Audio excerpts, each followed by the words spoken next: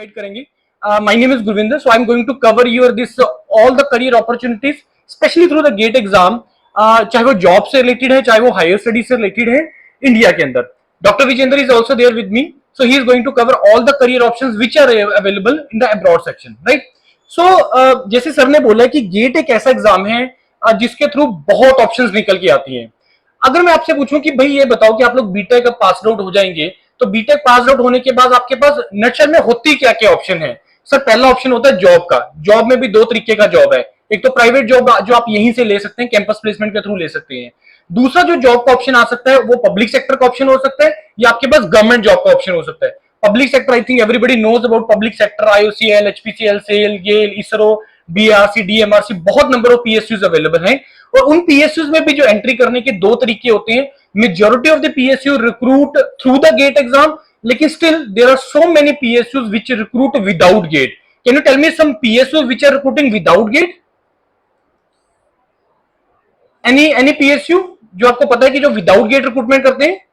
ISRO is there, HPCL is there, BRC recruit both ways through the GATE exam without GATE also, Hindustan Aeronautical Limited, BEL, BHEL, there are so many number are there। बहुत ज्यादा PSUs हैं जो without gate भी आपका recruitment करते हैं, right? तो ये पब्लिक सेक्टर में जॉब की बात आ गई।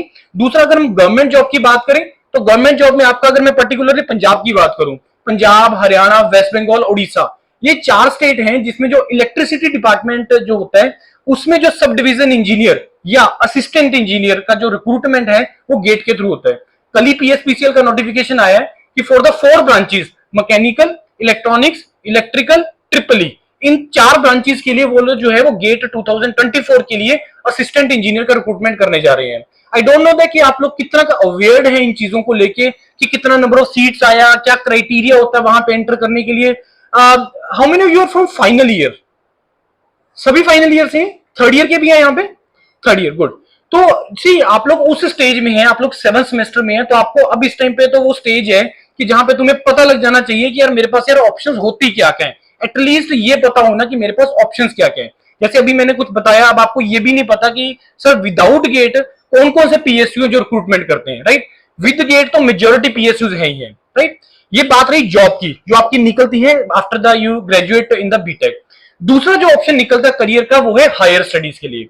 हायर स्टडीज में आप लोगों के पास बहुत ऑप्शन है। Higher studies in the technical domain, if you talk about the MTech programme is there, MS programme is there, direct PhD programme is there, और उसके बाद मैनेजमेंट डोमेन में आप एमबीए के लिए जा सकते हैं। तो ओवरऑल मतलब बीटेक के बाद आप हायर स्टडीज इंडिया के अंदर इन डोमेन्स में जा सकते हैं। Similarly you can go for the higher studies abroad also, right? इसके अलावा क्या ऑप्शन निकलती है? इसके अलावा आप बीटेक के बाद और क्या कर सकते हैं? एक तो मैंने जॉब की बात कर ली, एक हायर स्टडीज की बात कर ली, इंडिया अब्रॉड की बात कर ली, और क्या काम हो सकता है? Anything else? अपना बिजनेस काम कर सकते हो, अपना कुछ स्टार्टअप कर सकते हो, कुछ आपके दिमाग में आइडियाज हैं, मे बी शायद आप बहुत देर से उसके लिए काम भी कर रहे हो, उस टॉपिक पे काम भी कर रहे हो, उसके ऊपर रिसर्च भी कर रहे हो, वो एक चीज है। बस मैं एक चीज आपको बड़ी सिंपल से वे में बताना चाह रहा हूं मैं कि ऑप्शंस ये सारी अवेलेबल हैं। 21-22 ईयर्स का जो एज है शायद वो कम है अभी, जो मेरे को लगता है कि आप लोगों को जॉब के लिए इमीडिएटली ट्राई करना चाहिए। पहले तो यार अभी तक सबसे पहला जो हमें काम करना है वो हमें पहले ये देखना है कि मेरा जो अभी तक का जो मेरा प्रोफाइल है उससे मेरे को कितना का जो है कोई भी कंपनी पैसा दे सकती है। ठीक है, गवर्नमेंट ऑप्शंस हैं, पब्लिक सेक्टर है, वो सारी चीजें हैं। गवर्नमेंट जॉब है, फिक्स्ड है, सैलरी इतनी आनी है। पब्लिक सेक्टर है, फिक्स्ड है, सैलरी इतनी आनी है। अगर तो भाई मैं सेटिस्फाइड हूं उतनी की से, ठीक है, महारत्ना है 15-18 लाख का पैकेज देगी, गवर्नमेंट जॉब है 8-10 लाख का सैलरी मिलेगा, 2 दिन का छुट्टी होगा, सब कुछ मिलेगा, वर्क लाइफ बैलेंस भी होगा। अगर तो यार इस चीज से चाहते हो, इतना का चाहते हो, तो government job and public jobs are mean for you. But if you want to do something different, आप लोग चाहते हो पैसा कमाना, 50-60 लाख, 1 करोड़, 1.5 करोड़, 2 करोड़ के पैकेजेस चाहते हैं, बहुत ज्यादा कमाना चाहते हैं, अपने आप को एक्सप्लोर करना चाहते हो, पूरी दुनिया घूमना चाहते हो, टेक्नोलॉजी के अंदर एंटर करना चाहते हो, तो मतलब सॉरी टू से पब्लिक सेक्टर और ये जो गवर्नमेंट जॉब्स हैं शायद इस चीज के लिए नहीं बनी है। उसके लिए आपको करना पड़ेगा कुछ 2-3 चीजें, जिसके लिए मैं यहां पे आप लोगों को सभी को बताने आया हूं। वो 3 चीजें हैं। सबसे पहली चीज है ब्रांडिंग। ब्रांडिंग जब तक आप लोगों का नहीं होगा कोई आपके ऊपर पैसा नहीं लगाएगा। ये सबसे इंपॉर्टेंट चीज है। अब कोई कंपनी यहां पे आप लोगों के पास आ रही है, वही कंपनी आपको पैकेज दे रही है 7 लाख का, बीटेक है किसी ब्रांच में, वही सेम कंपनी मान लो फॉर एग्जांपल एनआईटी में जा रही है, वही कंपनी वहां पे दे रही है पैकेज 10-12 लाख का।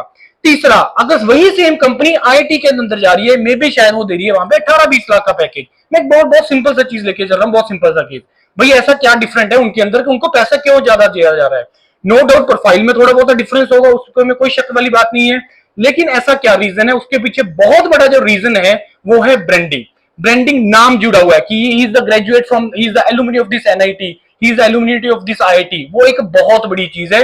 अब ये आप लोगों को देखना है कि यार मेरे प्रोफाइल के अंदर वो ब्रांडिंग अभी तक आया या नहीं आया, पहला चीज। दूसरा चीज आ गया आपका स्पेशलाइजेशन। अभी तक हम लोगों ने जो चीजें की हैं, कोई शायद अब मतलब अब सिचुएशन क्या है कि अब चीजों का रिक्वायरमेंट है, इंडस्ट्री को जो रिक्वायरमेंट है वो है स्पेशलाइज्ड पर्संस का।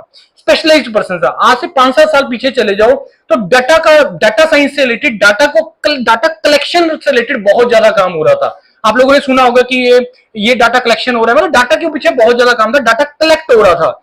आज का सिचुएशन आ रहा है उस डाटा को यूज करके एआई टूल्स बन रहे हैं। मतलब उस डाटा को कैसे यूज किया एआई टूल्स के। 5-7 साल पीछे की रिक्वायरमेंट डाटा एनालिस्ट के पर्सन की होती थी, आज की जो रिक्वायरमेंट है वो एआई टूल्स उस डाटा का यूज करके टूल्स डेवलप करने की है, चेंजेस लाने के लिए है। तो इस तरीके से ये सिस्टम चल रहा है, राइट। तो अब अगर तो तुम ये चीजें चाहते हो तो पहला पार्ट आ गया आपका ब्रांडिंग, वो करना ही पड़ेगा, ठीक है। इस स्टेज तक जहां तक आ गए हैं, this college is a very reputed college, बहुत यहां से एलुमनी बहुत ज्यादा उन्होंने हाई लेवल पे अचीव किया, नो डाउट अबाउट दैट। दूसरा पार्ट आ गया फिर, और दूसरा पार्ट जो मैंने आपको बोला है वो है स्पेशलाइजेशन, कि जब तक मेरा स्पेशलाइजेशन किसी चीज में नहीं होगा जो कि इस टाइम पे इंडस्ट्री की रिक्वायरमेंट है, उनको स्पेशलाइज्ड पर्सन चाहिए, उनको एआई में स्पेशलाइज्ड पर्सन चाहिए, उनको स्ट्रक्चर में स्पेशलाइज्ड पर्सन चाहिए, उनको ई व्हीकल्स में स्पेशलाइज्ड पर्सन चाहिए, उनको एंटरप्रेन्योरशिप का भी एक कोर्सेज हैं आईटी हैदराबाद जैसे आईटीज के अंदर, वो उनको पर्सन चाहिए, ई वेस्ट मैनेजमेंट के ऊपर चाहिए, सस्टेनेबल मैनेजमेंट के ऊपर चाहिए। मतलब आपकी फील्ड में अभी तक जो आपका स्पेशलाइजेशन नहीं है, और आज की जो रिक्वायरमेंट है इंडस्ट्री की वो स्पेशलाइज्ड कोर्सेज की है, स्पेशलाइज्ड की रिक्वायरमेंट है। तो दूसरा जो सबसे इंपॉर्टेंट पार्ट आ गया वो है स्पेशलाइजेशन। तीसरा चीज जो इंपॉर्टेंट जो मेन वो रखता है एक्सपोजर। आप लोग यहां पे हैं, इस रीजन में है, पंजाब की इस रीजन में है, अभी तक आप लोगों को कितना का एक्सपोजर मिला है? मेजोरिटी स्टूडेंट आई थिंक यहाँ पे पंजाब से हैं, मे बी शायद कुछ अदर स्टेट्स भी होंगे।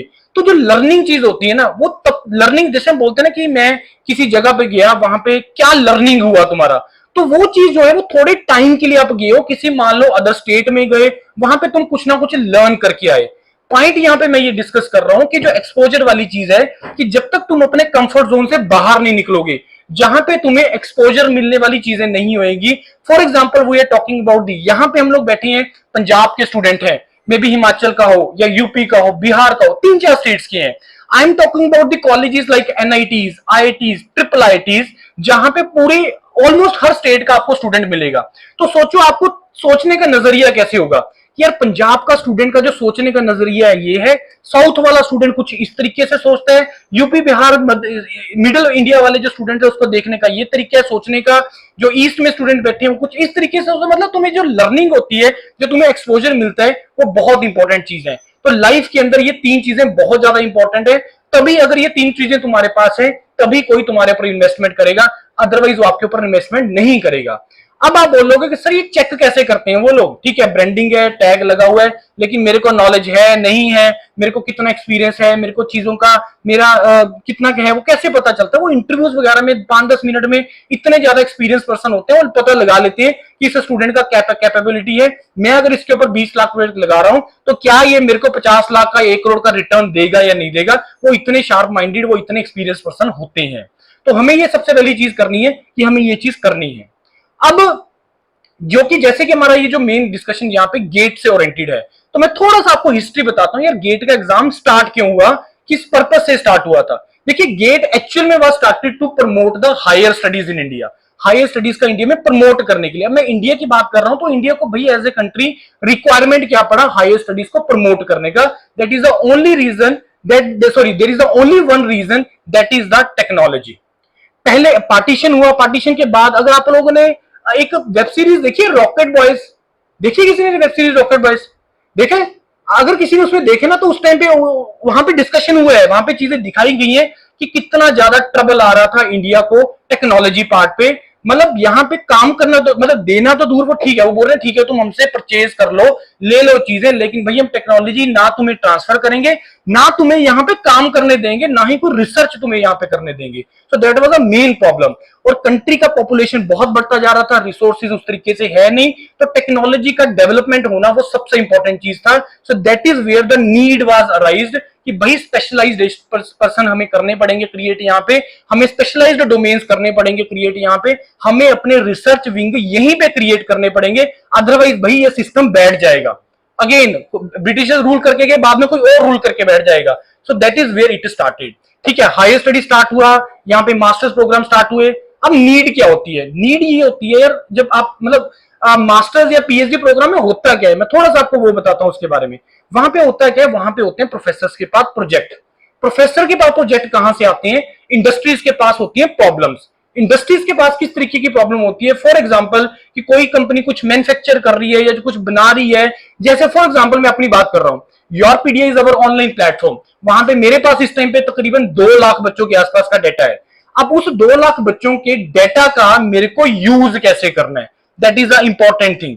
कि मेरे को 2 लाख बच्चों के डाटा को यूज करके मेरे को अपनी प्रोडक्टिविटी बढ़ानी है, मेरे को अपना जो है सेल इंक्रीज करनी है। बड़े सिंपल से वे मैं आपको बता रहा हूं, ये मेरी इंडस्ट्री की प्रॉब्लम है इस टाइम पे। समझ रहे हो पॉइंट कि इंडस्ट्री में प्रॉब्लम कहां से राइज होती है?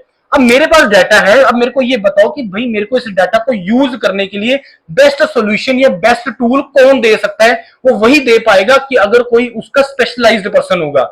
कि भाई प्रॉब्लम आ रही है, आईसी इंजन का कोई इंडस्ट्री है, कोई कंपनी है, Hyundai है या मारुति है, कोई भी है, आईसी इंजन में कोई प्रॉब्लम आ रही है या उनको अपनी एफिशिएंसी इंक्रीज करनी है, तो उनको स्पेशलाइज्ड पर्सन का रिक्वायरमेंट है, स्पेशलाइज्ड बंदे। तो ये स्पेशलाइज्ड बंदे आपको मिलेंगे मास्टर्स या पीएचडी प्रोग्राम के ऊपर, जो प्रोफेसर वहां पे हैं। तो इंडस्ट्री जाएगी, प्रोफेसर पहले तो इंडस्ट्री की प्रॉब्लम अराइज हो गया, उस प्रॉब्लम को लेके उसने जाना है, ये ढूंढना है कि यार कौन इस डोमेन का सबसे स्पेशलाइज्ड बंदा है। वो देखेंगे ठीक है इस आईआईटी के अंदर जो है ये प्रोफेसर जो है वो इस डोमेन के स्पेशलाइज्ड पर्सन है। वो इंडस्ट्री जाएगी उस प्रोफेसर के पास, सर ये लो जी ये मेरा प्रॉब्लम है, इस प्रॉब्लम के लिए मैं आपको दे रहा हूं 2 साल का टाइम, और ये पकड़ो जी, मान लो 50 लाख 70 लाख या 1 करोड़ रुपए फॉर एग्जाम्पल। तो अब चलेगी उसके पास प्रॉब्लम, क्योंकि उसी ने सॉल्व करना है। अब प्रोफेसर सोच के देखो, क्या वो इंडिविजुअल इस प्रॉब्लम का सॉल्यूशन निकाल सकता है? नहीं निकाल सकता। अब उसको चाहिए टीम, क्योंकि प्रोफेसर के पास ऐसे पता नहीं कितने प्रोजेक्ट होंगे, वो गाइड कर सकता है लेकिन वो खुद नहीं कर पाएगा, टाइम और बहुत सारी चीजों का कंस्ट्रेंट आएगा। अब उनको चाहिए होते हैं पर्सन जो उन टॉपिक्स के ऊपर काम कर पाए। वो पर्सन कौन होते हैं? जो आप लोग जो है मास्टर्स प्रोजेक्ट प्रोग्राम के लिए वहां पे जाते हैं या जो पीएचडी प्रोग्राम के लिए वहां पे जाते हैं, तो वो ही उनके लिए जो है फोर्स होती है, जो उस प्रोजेक्ट के ऊपर वो उनको लगाते हैं, गाइड करता है प्रोफेसर, और आप लोग काम करते हो और आउटकम आ जाती है। इस तरीके से सिस्टम काम करता है। अब उस प्रॉब्लम का सोल्यूशन निकला है। जैसे आजकल बहुत बड़ी प्रॉब्लम आई हुई है कि गाड़ियों का वेटिंग पीरियड बहुत ज्यादा बढ़ता चला जा रहा है। क्यों? उसके पीछे क्या रीजन है? क्या रीजन है उसके पीछे? नहीं यार, गाड़ियों का वेटिंग पीरियड, मैं सेल की बात कर रहा हूं। मैं चिप मैन्युफैक्चरिंग, सुन रहे हो ना? ये चिप मैन, और ये नहीं है कि सिर्फ इंडिया की प्रॉब्लम है, ये पूरे इस टाइम पे पूरे वर्ल्ड की प्रॉब्लम है इस टाइम पे। अब इस यहाँ पे इंडिया ने एज एक इनिशिएटिव लिया है कि ठीक है यार ये प्रॉब्लम पूरे इंडिया की, इसको सॉल्व करते हैं। तो चिप मैन्युफैक्चरिंग की इंडस्ट्री के अंदर बहुत ज्यादा इंडिया इनपुट डाल रहा है, मतलब उसको अपने रिसोर्सेज को यूज करके एक्सपोर्ट को बढ़ाना है, जिससे जीडीपी बढ़ेगा, जिससे कंट्री का ग्रोथ होगा। ये इस तरीके से प्रॉब्लम्स क्रिएट होती हैं, इस तरीके से उसके सॉल्यूशंस होते हैं। अब सोच के देखो, जब ये चीजें इस तरीके से सिस्टम चल रहा है तो इसमें फायदा किसका हो रहा है? क्या एक स्टूडेंट का फायदा हो रहा है इस चीज के अंदर? यस हो रहा है इसके अंदर, क्योंकि उसका पीएचडी हो रहा है, उसका मास्टर्स हो रहा है, उसकी स्पेशलाइज्ड डोमेन बन रही है, उसकी एक्सपर्टीज इंक्रीज हो रही है, क्योंकि वो एक पर्टिकुलर टॉपिक के ऊपर काम कर रहा है। दूसरा, क्या इसमें प्रोफेसर का फायदा हो रहा है? यस, प्रोफेसर का फायदा हो रहा है, क्योंकि वो एक सोल्यूशन दे रहा है, उसकी प्रोफाइल स्ट्रांग हो रही है कि हाँ मैंने इतने प्रोजेक्ट्स कवर किए हैं, इतना मैंने फंड रेज किया उस कॉलेज के लिए या उस यूनिवर्सिटी के लिए। क्या इसमें इंडस्ट्री का फायदा हो रहा है? यस, इसमें इंडस्ट्री का फायदा हो रहा है, क्योंकि उसको सोल्यूशन मिल रहा है। क्या इसमें कंट्री का फायदा हो रहा है? यस, इसमें कंट्री का भी फायदा हो रहा है कि अगर चिप मैन्युफैक्चरिंग, अगर अभी ठीक है इंडिया के लिए प्रॉब्लम सॉल्व हो रहा है, लेकिन अगर सपोज वो एक्सपोर्ट करना भी स्टार्ट करेंगे तो कंट्री का भी फायदा होगा। तो कहने का मतलब ये है कि ये जो नीड है, ये जो हायर स्टडीज का जो नीड है, ये हर किसी का रिक्वायरमेंट है, कंट्री का भी, एज ए इंडिविजुअल भी हर किसी का रिक्वायरमेंट है। तो नशल में कहने का मतलब ये है कि there should be a win win situation for everyone. जो भी हम लोग कुछ काम करें, जो भी हम लोग कुछ काम करें, उसमें हर किसी का फायदा होना चाहिए।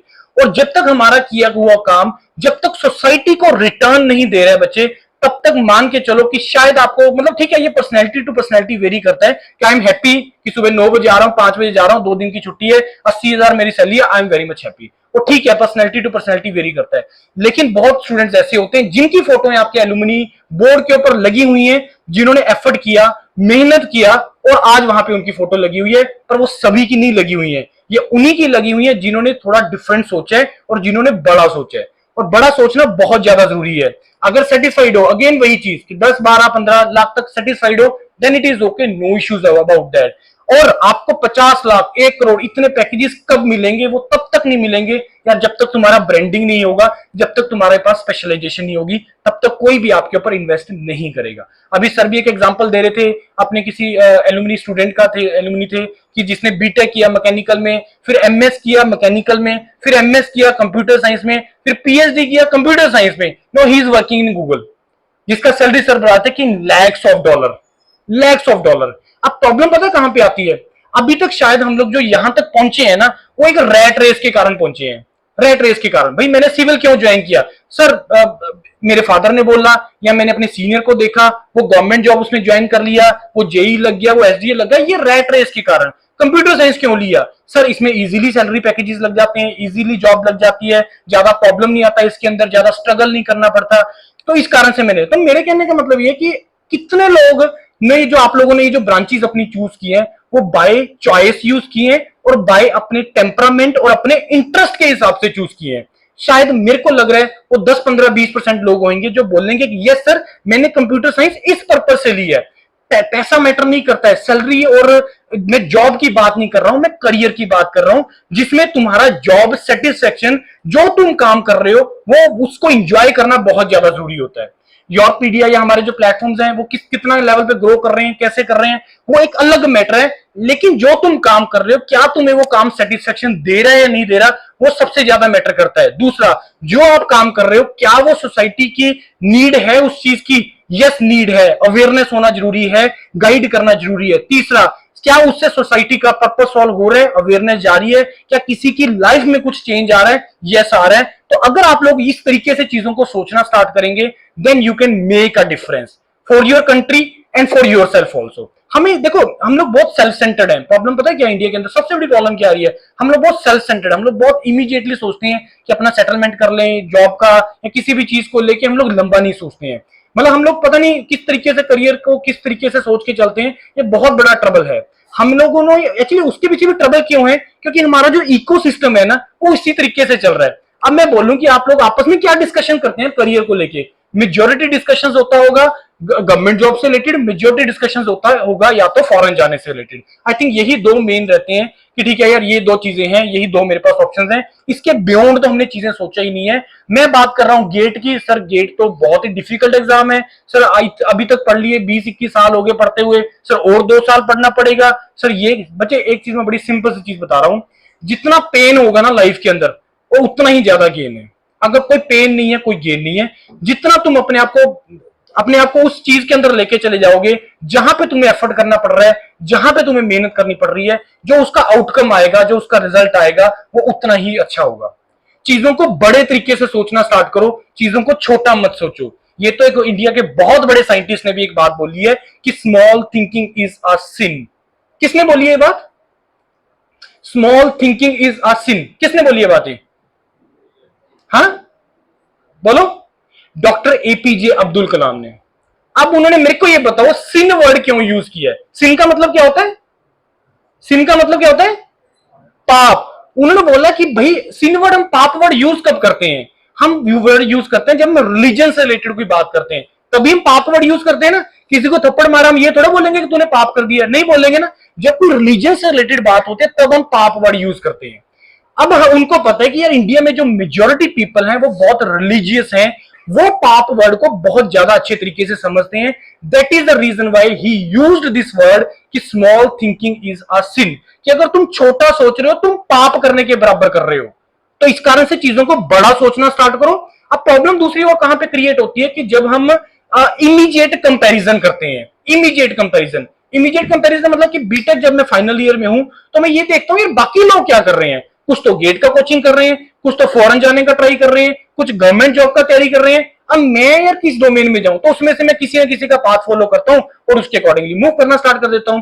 क्योंकि हम लोग जब कंपैरिजन करते हैं ना कि इमीडिएट, एक्चुअल में जो कंपैरिजन होता है वो कम से कम बीटेक के बाद 5-7 साल के बाद कंपैरिजन करना, क्योंकि अभी शायद वो स्टेज नहीं है। पहला चीज 21-22 साल मेरे को लगता है कि एज नहीं है जॉब करने का, और 5-7 साल के बाद कम से कम जब तुम ये चीजों को एक्सप्लोर करते हो, तुम अपनी ब्रांडिंग करते हो, तुम स्पेशलाइज्ड डोमेन अपनी एक्वायर करते हो, तब एक्चुअल में टाइम आता है कंपैरिजन करने का। अब जो सर ने एग्जांपल दिया कि वो गूगल में काम कर रहा है, उसकी रफली मैं अप्रोक्सीमेट बोल रहा हूं $5 लाख पर मंथ का सैलरी है। इसको कैलकुलेशन कर लो कि कितना बनता है, करोड़ से बनता है भाई, इतना सैलरी है। अब उनका मान लो सपोज एज है, 2 बार एमएस किया, पीएचडी भी किया, फॉरेन से ही किया पीएचडी, जो 3 साल में हो जाता है, अनलाइक इंडिया के अंदर तो उसको थोड़ा टाइम लग जाता है ज्यादा। तो मेरे को लगता है शायद उनका एज होगा 30-32 साल का। तो अब अगर उनका कंपैरिजन उनके क्लासमेट से करोगे, शायद he will be the better position पे होगा, जो सबसे ज्यादा मतलब बोलोगे कि अगर मैं सैलरी या बाकी सारी चीजों के हिसाब से बात करें तो he will be the better. यही चीज मैं तुम लोगों को बोल रहा हूं कि अगर आप लोगों ने अपना कंपैरिजन करना है, इमीडिएट नहीं करना है, एफर्ट करनी है, चीजों का पता होना तुम्हें बहुत ज्यादा जरूरी है कि मेरे पास क्या क्या ऑप्शंस अवेलेबल है। करना ना करना अगेन एक बात की है, मैं ये नहीं बोल रहा कि अगर मैं आपको ये बोल रहा हूं कि तुम वैसा करना स्टार्ट करो, तुम्हें अपना सोचने का नजरिया चेंज करना है। यहां पे हमारे आने का मेन जो पर्पस है वो ये है कि तुम्हें अपने सोचने का नजरिया चेंज करना है कि यार किस तरीके से चीजें, किस तरीके से सिस्टम चलता है, और कैसे तुम्हें अपना जो करियर है आगे प्रोसीड करना चाहिए, कैसे अपने चीजों को सोचना है, इस तरीके से आपको प्रोसीड करना है, राइट। अब गेट एग्जाम के बारे में थोड़ा सा बात करते हैं, क्योंकि ये जितना भी मैंने चीजें बोल रहा हूं ना, ये बहुत हद तक जो लिंक्ड है वो इस ब्यूटीफुल एग्जाम से रिलेटेड है, that is a GATE exam. I will say this exam a beautiful exam. क्यों मैं बोल रहा हूं, क्योंकि this is the only exam जिसके थ्रू तुम्हारे पास मल्टीपल ऑप्शंस अवेलेबल है, सारी करियर के ऑप्शंस अवेलेबल है। तुम्हें जॉब में जाना है, प्राइवेट में जाना है, प्राइवेट में भी अगर आप जो कंपनी यहां पे आ रही है, रिज्यूमे आपका वहां पे जा रहे हैं, तो अगर वहां पे लिखा हुआ है I am GATE qualified, sir ने भी पहले बता के हटे हैं कि गेट क्वालिफाई करने का कितना बड़ा मतलब है, वो आपको एक बेनिफिट देगा, वो आपकी तरफ एक रखेगा कि yes I am GATE qualified, and this is the only thing you can write in your resume throughout your life.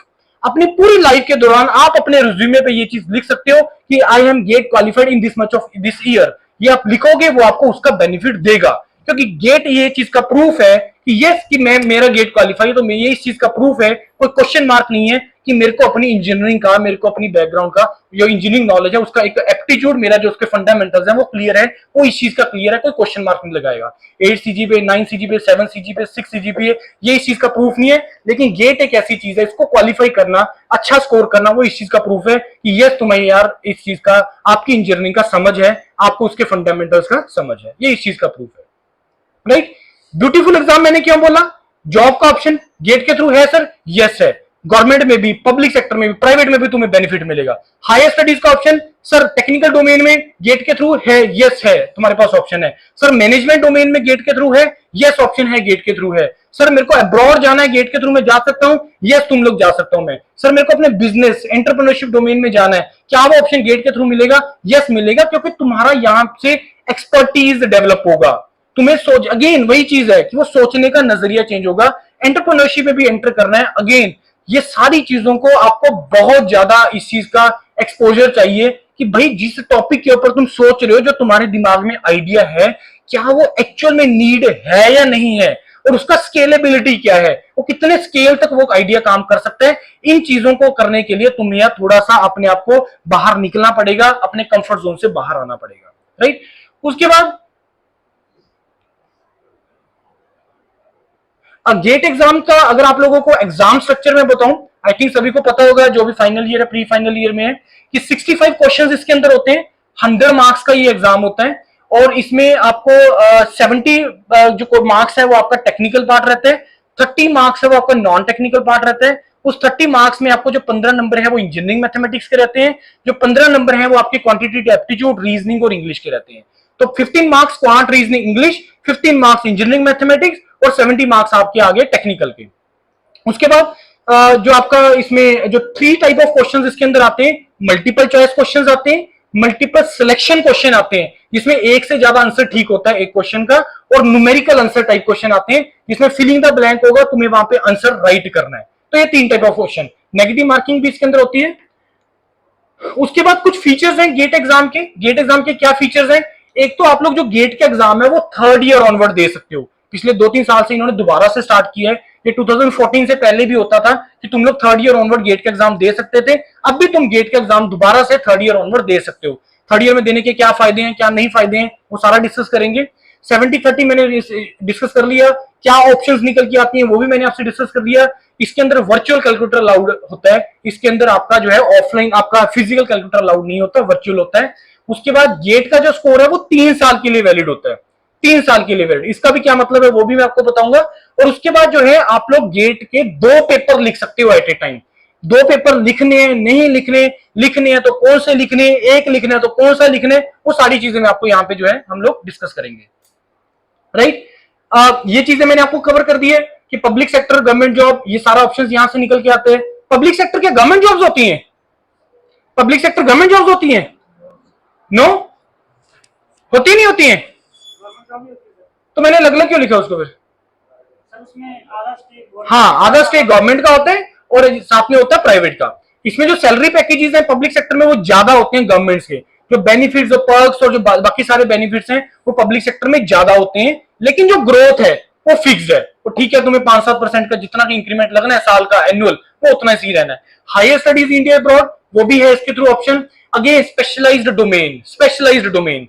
आप मेरे को कुछ स्पेशलाइज्ड डोमेन बता सकते हो कि किन किन स्पेशलाइज्ड डोमेन्स में आप लोग जा सकते हैं अपनी अपनी फील्ड के? तो मेरे को बता सकते हैं, बोल ही जाना नाम। देखो, पहले तो इन स्पेशलाइज्ड डोमेन्स को 2 कैटेगरीज में डिवाइड करते हैं। एक पहला हो गया आपका कोर डोमेन। फॉर एग्जांपल आप सिविल ब्रांच के हैं तो कोर डोमेन आ गया आपकी, स्ट्रक्चर आ गया, जियोटेक आ गया, ट्रांसपोर्टेशन आ गया, वाटर रिसोर्सेज आ गया। दूसरी डोमेन्स होती है non core domains. Non core domain या इंटरडिसिप्लिनरी डोमेन्स, जिसमें कोई भी ब्रांच का बच्चा जा सकता है। नॉन कोर डोमेन का ही चलो डिस्कस करते हैं, इंटरडिसिप्लिनरी का। कुछ मेरे को नाम बताओ इंटरडिसिप्लिनरी डोमेन्स की। आपकी कोर की बात नहीं मैं करूंगा, बताओ मेरे को कुछ नाम। VLSI is a core domain, उसमें मैकेनिकल का बच्चा नहीं जा सकता है। हाँ, मैं नॉन कोर की बात कर रहा हूं। Interdisciplinary, data science, machine learning, artificial intelligence. शायद आप लोगों को ये लगता है ये 3 जो डोमेन है कंप्यूटर साइंस का डोमेन है, ऐसा नहीं है। ये मैथमेटिक्स का डोमेन है, इसमें कोई भी ब्रांच का बच्चा जा सकता है। और इस साल तो एक नया गेट का पेपर भी स्टार्ट हुआ है। कौन सा स्टार्ट हुआ है? बीए का, data science and artificial intelligence का एक नया गेट पेपर स्टार्ट हुआ है। वो क्यों स्टार्ट हुआ है वो भी मैं आपको बताऊंगा कि क्यों उन्होंने स्टार्ट किया है। राइट, और बताओ मेरे को कुछ इंटरडिसिप्लिनरी डोमेन। 3 तो सामने ही नाम लिखे हुए हैं, एरोनॉटिक्स, रोबोटिक्स, मैकाट्रॉनिक्स, और बताओ जियो इंफॉर्मेटिक्स, और बताओ मटेरियल साइंस, और बताओ अप्लाइड मैकेनिक्स, एनवायरमेंट, और बताओ ई व्हीकल्स, और बताओ और कौन से आते हैं? एंटरप्रेन्योरशिप में तुम जा सकते हो, मैनेजमेंट डोमेन्स, और बताओ। ये सारी की सारी इंटरडिसिप्लिनरी डोमेन्स हैं जिसमें कोई भी ब्रांच का बच्चा जा सकता है। क्योंकि आज का सिस्टम क्या हो गया, मतलब आजकल क्या हो गया, पहली चीज कि कोई भी ब्रांच अब कोर रहा ही नहीं है। क्योंकि अब सोच के देखो कि जो गाड़ी, जो एक 4 व्हीलर या 2 व्हीलर जो एक टोटली मैकेनिकल डिवाइस होता था, क्या वो मैकेनिकल लिमिटेड रह गया मैकेनिकल तक? नहीं, उसमें मैकेनिकल भी आ गया, इलेक्ट्रिकल भी चलो पहले ही होता था, इलेक्ट्रॉनिक्स भी आ गया, उसके अंदर कंप्यूटर साइंस भी आ गया, सारी ब्रांचेस आ गई हैं। तो अगर वो डिवाइसेज ही नहीं रहे तो ब्रांच भी कैसी रह जाएगी? अब वो टाइम खत्म हो गया कि एक स्ट्रक्चर बनाया है, उसका मेरे को एनालिसिस करना है, तो मैं लोड डाल डाल के देखूंगा कितना डिफ्लेक्शन होगा, उस डाटा से एनालिसिस करेंगे। वो टाइम खत्म हो गया। अब तो डाटा ह्यूज है, इस टाइम पे ट्रबल डाटा का नहीं है। पहले काम चलता था रिसर्च में डाटा के ऊपर कि डाटा कलेक्ट करो, डाटा कलेक्ट करो, रिसर्च करो, डाटा कलेक्ट करो, उस डाटा का यूज करके कुछ आउटकम दो, कि उसका एनालिसिस करके कुछ बताओ कि क्या क्या कहां पे फेलियर हो सकता है, कैसे हो सकता है।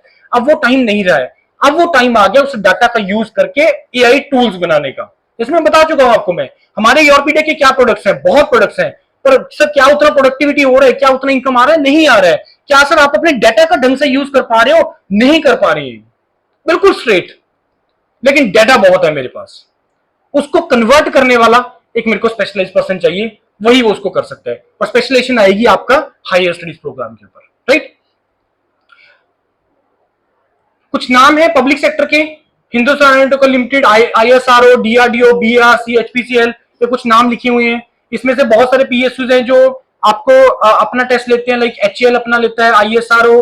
डीआरडीओ ने पिछले 2 साल से दोबारा से स्टार्ट कर दिया रिक्रूटमेंट। अदरवाइज डीआरडीओ ने आई थिंक 2010 के बाद किया ही नहीं रिक्रूटमेंट, लेकिन अब दोबारा से स्टार्ट हो गया है। रीजन उसके पीछे पता है क्या है? मैंने एक वीडियो डाला था इंजीनियर्स करियर पॉइंट अपने चैनल के ऊपर कि 2000 गेट 2023 के थ्रू जो पीएसपीसीएल ने असिस्टेंट इंजीनियर का रिक्रूटमेंट किया, वो मेयर गेट क्वालिफाई करने पे हो गया, एई लग गए। रिजर्व कैटेगरी में 16 नंबर कट ऑफ थी और 16 नंबर कट ऑफ वाला ही एई लग गया। General category 25 number cut off था, मैं इलेक्ट्रिकल की बात कर रहा हूं, 25 नंबर कट ऑफ था, 25 नंबर जिसके है वो भी असिस्टेंट इंजीनियर लग गया। 123 शायद सीटें थी जिसमें से 78 ही फिल हो पाई है, बाकी सारी सीटें खाली रह गई। रीजन उसके पीछे बहुत सारे हैं, वो बाद में डिस्कस करेंगे। तो कहने का मतलब ये है कि ऐसी बहुत अपॉर्चुनिटीज आती हैं। अब प्रॉब्लम बात क्या हो रही है कि अब आप ये खुद सोच के देखो कि क्या आने वाले टाइम में ये रिक्रूटमेंट्स या ये जो रिक्वायरमेंट्स हैं ये बढ़ेगी या कम होएगी या नहीं होएगी? ऑब्वियसली इंक्रीज होनी है यार। क्यों इंक्रीज होनी है? ये डिमांड है इस कंट्री का इस टाइम पे, अदरवाइज ये सिस्टम ग्रो ही नहीं कर पाएगा।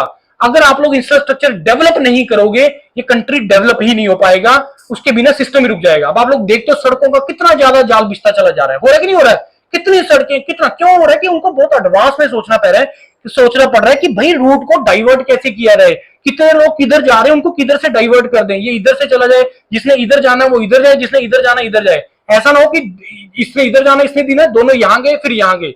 वो होना है, मतलब रिक्वायरमेंट है इस टाइम पे, और ये हर सेक्टर में रिक्वायरमेंट है। चाहे वो इलेक्ट्रिसिटी डिपार्टमेंट लगा लो, चाहे आप अपना इसका इंफ्रास्ट्रक्चर से रिलेटेड लगा लो, हर डिमांड हर जगह पे रिक्वायरमेंट है इस चीज का। तो आगे आगे ये जो नंबर ऑफ सीट्स है ये बढ़ती चली जाएगी, आप लोगों को ये देखना, राइट? सॉरी,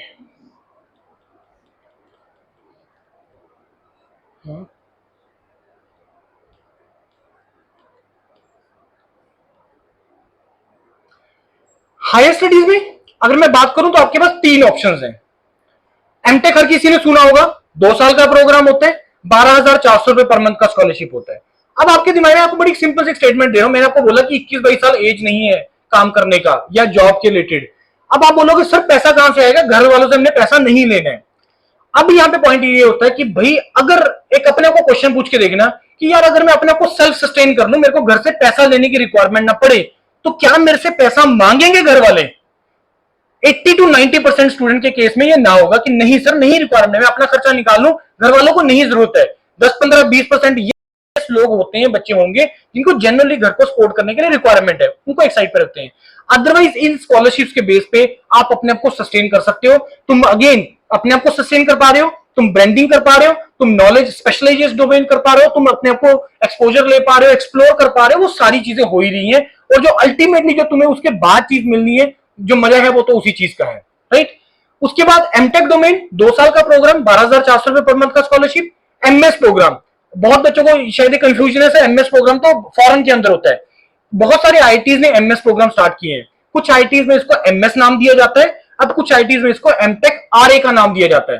देखो एक चीज दिमाग में अब क्वेश्चन अराइज करो कि यार मेरे को मेरे पढ़ने के कोई 12,000 रुपए क्यों दे रहा है, मेरे को 25,000 50,000 रुपए क्यों दे रहा है? कोई भी वो ऐसे नहीं दे रहा है। ये जो आपको असिस्टेंटशिप मिलती है उसके दो तरीके से मिलती है। पहला टीचिंग असिस्टेंटशिप, कि आप लोग वहां पे जाके या तो जो बीटेक के स्टूडेंट हैं उनका आप लैब वगैरह ले रहे हो, कुछ लोड ले रहे हो, तो टीचिंग असिस्टेंटशिप वहां पे जस्टिफाई हो रही है चीजें कि यार तुम्हें वो 12,000 रुपए क्यों दे रहा है।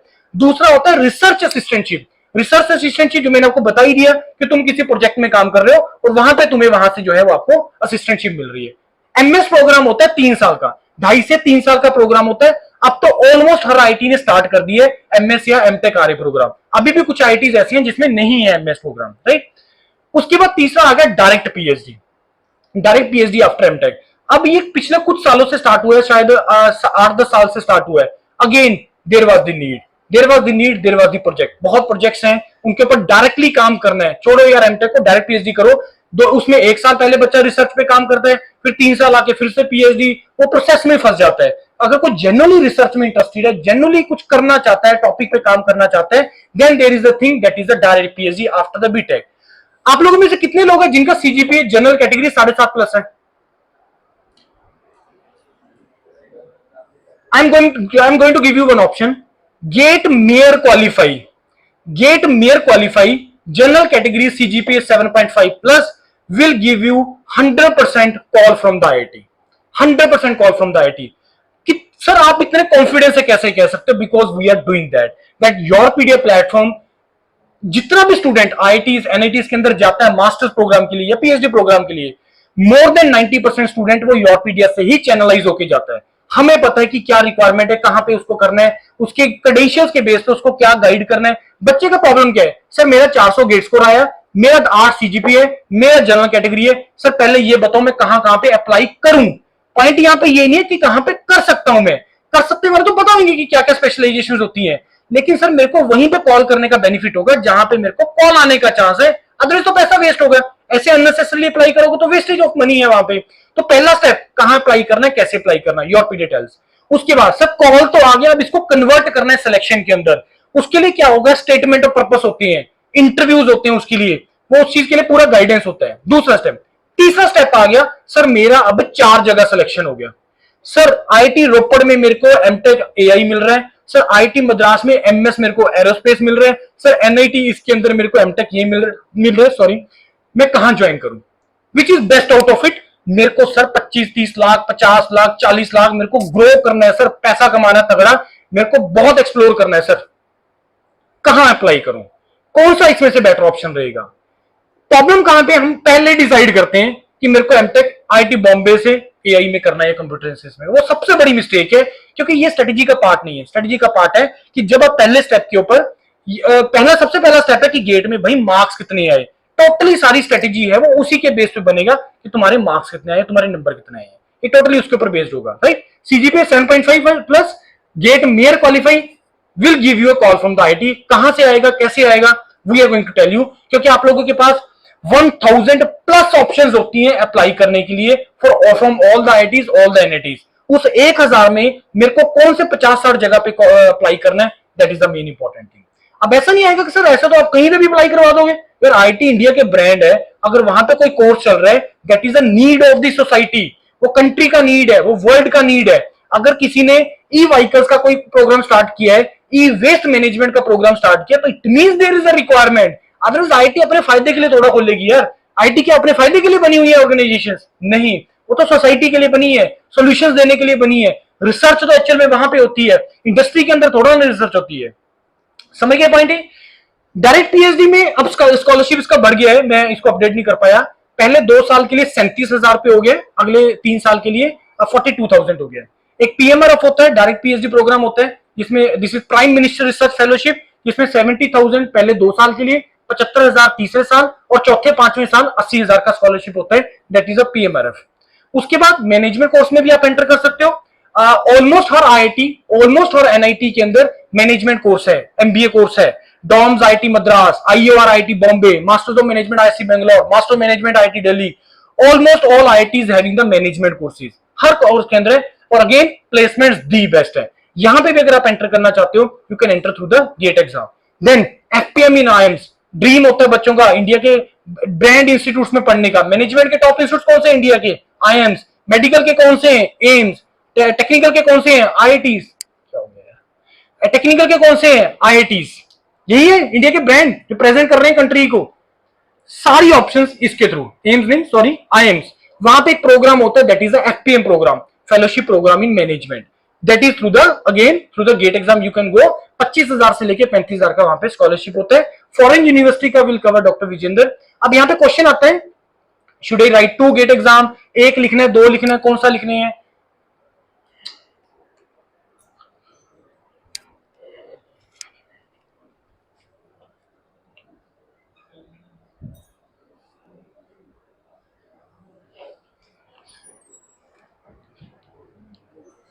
ये देखो विजिबल है, विजिबल है नहीं है? अब यहां पे क्या चीज लिखी हुई है, ये कॉम्बिनेशंस लिखी हुए हैं।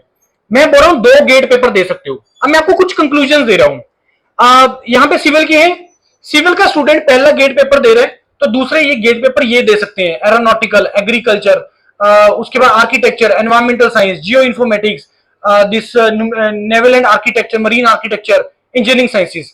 इलेक्ट्रिकल के, इलेक्ट्रॉनिक्स के स्टूडेंट्स हैं यहाँ पे, electronics second paper computer science दे सकता है, डाटा साइंस दे सकता है, इलेक्ट्रिकल इंस्ट्रूमेंटेशन फिजिक्स, इलेक्ट्रिकल वाला डाटा साइंस दे सकता है, इलेक्ट्रॉनिक्स इंस्ट्रूमेंटेशन फिजिक्स। तो एक कॉम्बिनेशन ऑफ पेपर्स है।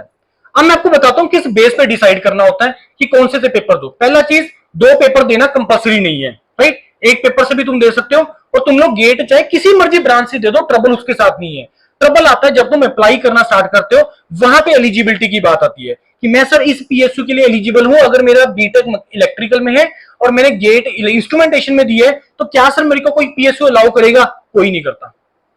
पहला स्टेटमेंट, अगर आप लोग गवर्नमेंट जॉब या पब्लिक सेक्टर की जॉब टारगेट कर रहे हो तो जिस ब्रांच में आपका बीटेक है उसी ब्रांच से आपको गेट का पेपर देना है। समझ गई बात? जिस ब्रांच में आपका बीटेक है उसी ब्रांच से आपको गेट का पेपर देना है अगर आप पब्लिक सेक्टर या गवर्नमेंट जॉब टारगेट कर रहे हो। दूसरा, अब बात है सर मेरे को नहीं, चलो छोड़ो जॉब नहीं, मेरे को हायर स्टडीज का बताओ।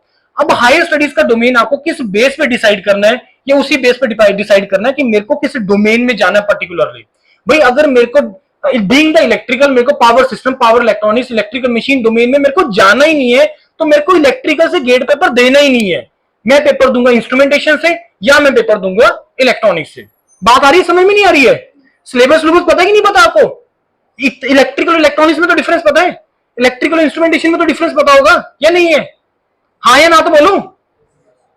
गेट अगर सपोज आप सिविल इंजीनियर है, गेट सिविल में आप दे सकते हो, सारे सब्जेक्ट्स आएंगे। सेकंड पेपर आप एनवायरमेंट से दे सकते हो। अब जब आप एनवायरमेंट में पेपर दे रहे हो, उसका सिलेबस देखोगे तो उसमें कोई आपका डिजाइन वाला सब्जेक्ट नहीं है, उसमें सोम नहीं है, उसमें आपके पास ये आपका आरसीसी नहीं है, स्टील नहीं है, स्ट्रक्चर नहीं है, डिजाइन वाला कोई नहीं आएगा। तो इट मीन कि जो चीज तुमने गेट में पढ़ी नहीं ना सब्जेक्ट, तो उसके लिए तुम एलिजिबल नहीं हो अप्लाई करने के लिए। बड़ा सिंपल सा। तो इसके बेस पे डिसाइड करना है। अगर कोई जाना चाहता है data science, AI, machine learning domain में जाना चाहता है, इन डोमेन्स में जाना चाहता है, then you can write the GATE exam through the data science. कोई भी ब्रांच का बच्चा डाटा साइंस के में या एआई की डोमेन्स में एंटर कर सकता है। बस अब पहले क्या, अच्छा आप बोलोगे सर ये गेट के ऊपर इस बार स्टार्ट हुआ है तो क्या पहले नहीं जा सकते थे? यस, पहले भी जा सकते थे। प्रॉब्लम कहां पे आती थी कि मैकेनिकल का स्टूडेंट जब डाटा साइंस का कोर्स ज्वाइन कर रहा है तो वहां पे जाके उसको महीना 2 महीना थोड़ा एफर्ट करना पड़ता था। अब आईटी ये बोल रहा है कि भाई अगर तुमने डाटा साइंस इन डोमेन्स में जाना ही है तो तुम यही वाला पेपर क्वालिफाई करके आओ, उसके बेसिक, उसके फंडामेंटल्स पहले से ही पढ़ के आओ, सो दैट कि तुम्हें यहां पे आके तुम्हारा टाइम वेस्ट ना हो। Getting my point? क्यों ये डाटा साइंस और एआई का पेपर स्टार्ट हुआ है? सिविल इंजीनियर को जाना है डाटा साइंस में, जाना है सर, मेरे को नहीं है सिविल में इंटरेस्ट नहीं है, मेरे को मैथमेटिक्स में इंटरेस्ट है। जिसका भी मैथमेटिक्स में इंटरेस्ट है, मैथमेटिक्स अच्छा लगता है, डाटा साइंस और एआई से पेपर देना। थर्ड ईयर में जो लोग हैं, मेरी तरफ से एक सजेशन रहता है कि आप लोग जो पेपर दो वो सेकंड पेपर दो, पहले मेन पेपर मत दो। सेकंड पेपर देने से क्या होगा कि एक ऑप्शन खुल जाएगा। मतलब मान लो आपने इसमें दे दिया, थर्ड ईयर के अंदर एनवायरमेंट से पेपर दे दिया, या आपने फॉर एग्जांपल इंस्ट्रूमेंटेशन से पेपर दे दिया, या अगर मैकेनिकल का तो एक्सी से पेपर दे दिया, तो उसमें क्या होता है थर्ड ईयर में, क्योंकि कॉलेज को भी मैनेज करना है तो सिलेबस इनका कम होता है। जो आपके कोर ब्रांच है, आपकी मेन ब्रांच है, उसमें जो गेट का जो सिलेबस है वो कंपैरेटिवली ज्यादा होता है। थर्ड ईयर में देना चाहते हो तो सेकंड पेपर से दो, मेन पेपर से मत दो। ठीक है, ये बात समझ में आ गई? ये भी मैंने आपको बता दिया कि मेन पेपर से देना है तो कब देना है। इसके थ्रू आपके पास, अगर आप गवर्नमेंट जॉब है उस डोमेन में जाना चाहते हो तो वो सारी। तीसरा चीज, किस स्पेशलाइज्ड डोमेन में तुम अपना एक्सपर्टीज करना चाहते हो आगे, उसके अकॉर्डिंगली डिसाइड करना है कि तुम्हें अपना गेट का पेपर किस तरीके से सिलेक्ट करना है। बात आगे समझ में? अब 2 पेपर देने नहीं देने, ऑब्वियसली ये तुम्हारा डिसीजन है। क्योंकि रीजन क्या होता है कि भाई मैंने पूरा साल सर मेहनत कर ली, पूरा साल मैंने मेहनत की, लेकिन सर मेरा 3 घंटे शायद मेरे वो अच्छे नहीं थे, मैं बीमार हो गया, या मैंने जब पेपर सॉल्व करना स्टार्ट किया सर मेरे से अच्छे से हुआ ही नहीं, ढंग से हुआ नहीं, कोई भी रीजन हो सकता है। तो वो 3 महीने तुम्हारा पूरा करियर स्पॉइल नहीं करना चाहिए। ऐसा भी नहीं है कि तुम अगली बार नहीं दे सकते, दे सकते हो, तो तुम एक नंबर ऑफ चांस बढ़ा दो अपने। मेरे पास कॉइन है, तुम तभी जीतोगे अगर हेड आएगा। एक चांस है, हेड लेके आओ। 2 चांसेस दे रहा हूं, हेड लेके आओ। प्रोबेबिलिटी किस केस में ज्यादा होगी? 2 चांसेस के केस में। बात आ रही है समझ में? नहीं तो इस तरीके से आप अपने नंबर ऑफ चांसेस बढ़ा लो। तो ये कैसे बढ़ सकते हैं? अगर आप एक से ज्यादा गेट का पेपर देते हैं तो इस तरीके से होगा। बात आ गई समझ में सारी की सारी? उसके बाद ये एक इंपॉर्टेंट लिंक है, ये हमारे योरपीडिया यूट्यूब प्लेटफॉर्म का लिंक है। आप इसको फॉलो करना स्टार्ट करें, क्योंकि मेरे को पता है ये जितना भी चीजें आप लोग अभी वो करोगे, मैं बोल रहा हूं, ये चीजें भूल जाओगे। यार बड़ा सोचना स्टार्ट करो, एक्सप्लोर करना स्टार्ट करो, ब्रांडिंग करो, अपनी स्पेशलाइज्ड डोमेन में एंटर कर जाओ, तभी कोई आपको पैसा देगा, अदरवाइज कोई नहीं देगा। गवर्नमेंट जॉब से फिक्स वो करना चाहते हो अपना, ठीक है, खुश हैं, आराम से सर लाइफ है, पंजाब में ही रहना चाहते हैं, बाहर नहीं जाना चाहते, लेकिन मेरे को लगता है कि आप लोगों को एक्सप्लोर करना चाहिए और चीजें करनी चाहिए। बहुत ऑप्शंस अवेलेबल हैं। अभी तो ये चीज है कि टाइम लिमिटेशन है, अदरवाइज अगर आप मेरे को बुलवाने लगेंगे तो I can speak for 8 to 10 hours एक ही इसी सेम टॉपिक के ऊपर। तो अब वो चीजों के लिए फिर टाइम भी होना चाहिए अकॉर्डिंगली, राइट? लेकिन जो ये प्लेटफॉर्म है, दिस योरपीडिया प्लेटफॉर्म, जिसका ये स्कैन बारकोड दिया हुआ है, आप लोग सभी इसको स्कैन कर सकते हैं। इसमें क्या है कि time to time time to time जितना भी ऑप्शन आता रहता है वो आप लोगों को वहां पे मिलता रहता है, वो आप लोगों को वहां पे हम लोग मिलते रहेंगे। उसके बाद हम लोग एक आप लोगों का व्हाट्सएप ग्रुप बनाएंगे जिसमें पंजाब की जितने भी कॉलेजेस में हम लोग जा रहे हैं वहां पे वो सारे स्टूडेंट्स हैं, और जो जो सी भी ऑप्शन आती जाती है वहां पे हम पुट करते जाते हैं, वहां पे आपको बताते चले जाते हैं। ये जो कॉन्टेक्ट नंबर दिया हुआ है, this is my contact number, my name is Gurvinder, right. Engineers career point का भी हमारा प्लेटफॉर्म है, उसमें मेजोरिटी वीडियोस जो आती है वो मेरी आएंगी आपको वहां पे। और कोई भी किसी भी चीज से रिलेटेड अगर आपको डिस्कस करना हो, कुछ भी करना हो डिस्कस, पर्सनली मिलके, we are based in Chandigarh, Chandigarh में बेस्ड है हम लोग, आप मिलना चाहते हैं प्रिपरेशन ठीक है, वो सारी चीजों एक पार्ट हम करवाते हैं, कोई दिक्कत वाली बात नहीं है। लेकिन आप थोड़ा चीजों को अपने सोचने का नजरिया सोचो, जॉब की तरफ मत भागो, करियर की तरफ भागो, क्योंकि सेटिस्फेक्शन आपको करियर से मिलेगा, जॉब से शायद मिल भी सकता है, नहीं भी मिल सकता। जॉब और करियर में फर्क होता है। करियर वो चीज है कि तुम काम कर रहे हो, पैसा नहीं मैटर कर रहा है मैं क्या कर रहा हूं, लेकिन मेरे को उसको करने में सेटिस्फेक्शन हो रहा है। बिलीव मी, अगर आप करियर के पीछे भागोगे किसी ना किसी दिन आप बहुत अच्छा बहुत बड़ा करोगे। इस तरीके से आप लोग करना है। Now before I and this session, I am opening this house for any doubts if you have, कुछ भी आप डिस्कस करना चाहते हैं तो कर सकते हैं। कोई भी आपको डाउट है किसी तरीके का, so that I invite next doctor Vijendra, you can discuss with me. कोई भी आपका डाउट है,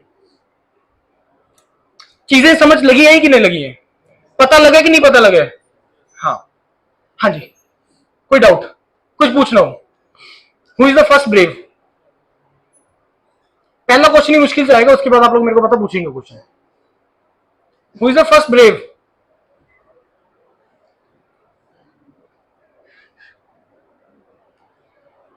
आज लास्ट डेट है गेट के लिए अप्लाई करने का without late fees, otherwise 12 October है last date. See I am not here to promote GATE, GATE के लिए नहीं, मैं एज ए इंडिविजुअल के बारे में डिस्कस करने आया हूं यहाँ पे कि तुम्हारे पास एज ए इंडिविजुअल क्या क्या करियर ऑप्शंस अवेलेबल है, वो चीज सबसे इंपॉर्टेंट है। हाँ हाँ जी,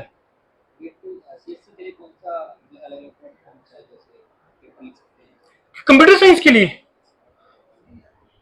कंप्यूटर साइंस के लिए डाटा साइंस से आप दे सकते हो, इलेक्ट्रॉनिक्स से आप दे सकते हो, जियो इन्फॉर्मेटिक्स से आप दे सकते हैं, मैथमेटिक्स से आप दे सकते हैं, फिजिक्स से आप दे सकते हैं, स्टैटिस्टिक्स से आप दे सकते हैं, ये सारे हैं। तो इनमें से कोई भी कॉम्बिनेशन डिपेंड करता है। अगर आप कंप्यूटर साइंस से पेपर देंगे ऑब्वियसली वो सारी ऑप्शंस ओपन कर देगा, पब्लिक सेक्टर की भी, हायर स्टडीज की भी। लेकिन आप कहते हो सर मेरे को नहीं कंप्यूटर साइंस सारा पढ़ना है, मेरे को जाना ही डाटा साइंस है, मैं तो डाटा साइंस में जाओ। जियो इन्फॉर्मेटिक्स एक बहुत अच्छी ब्रांच है, उसमें भी आप एंटर कर सकते हो, आईटी बॉम्बे में है, बहुत अच्छा कोर्स है जियो इन्फॉर्मेटिक्स का।